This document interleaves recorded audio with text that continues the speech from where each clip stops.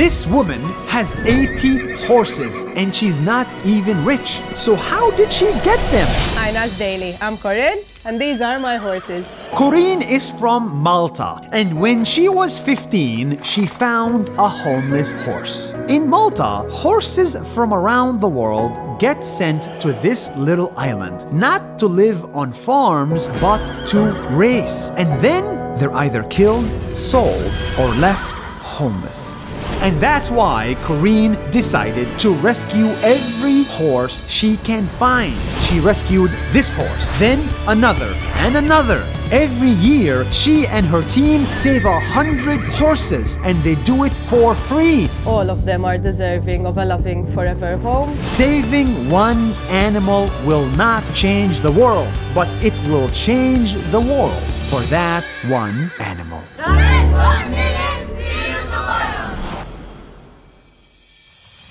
This guy in Hong Kong thought cats and dogs were too boring, so he got a lizard as a pet. Uncle Yong is an old grandpa who is very lonely. So he decided to buy a pet. He saw a tiny baby lizard in a pet shop, adopted it, and named him Boss. In the beginning, Boss caused a lot of problems. Well, it's a lizard. But eventually, they became BFFs. They go to the sea together. They take sunbaths. They even give each other massages.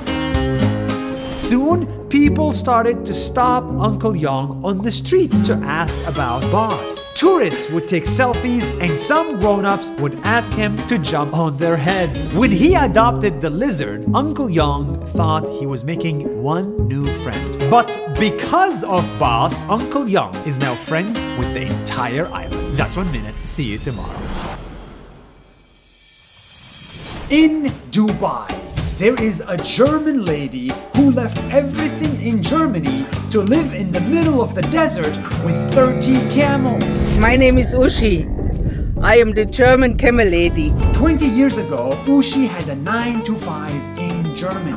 But she wasn't happy and she wasn't satisfied. So she did the crazy thing. She left for the Arab desert. She put up a small house, hired a few guys to help her, and started a farm with camels. Yes, camels. For 20 years, she's been here, living her best life, with no city, no civilization, and no husband. Somehow, in the middle of the desert, she found herself. She even became a bit of an Arab herself. This goes to show that happiness is not about where you're born, it's about where you feel at home. That's 1 minute. See you tomorrow. In Pennsylvania, USA, I found a guy who has an alligator as a pet. Hi, Nas Daily. My name is Joe Henney. Joey loves reptiles, but when he met Wally 5 years ago, he knew this little guy was special because this little guy helped Joey during depression. And soon enough, they became best friends. Wally can tell when his friend is sad. Wally also climbs on Joey to hug him. That is how Wally became Joey's official emotional support animal. He got an ID so that he could bring him to the mall, to the park, and even on an airplane. Wally is probably the only emotional support reptile in the world. At the end of the day, we all need somebody in our lives. And if some people find love from an alligator with teeth and claws, then so be it. That's 1 minute. See you tomorrow. This woman gave up a multi-million-dollar business just to save dogs. Hi, I'm Otara.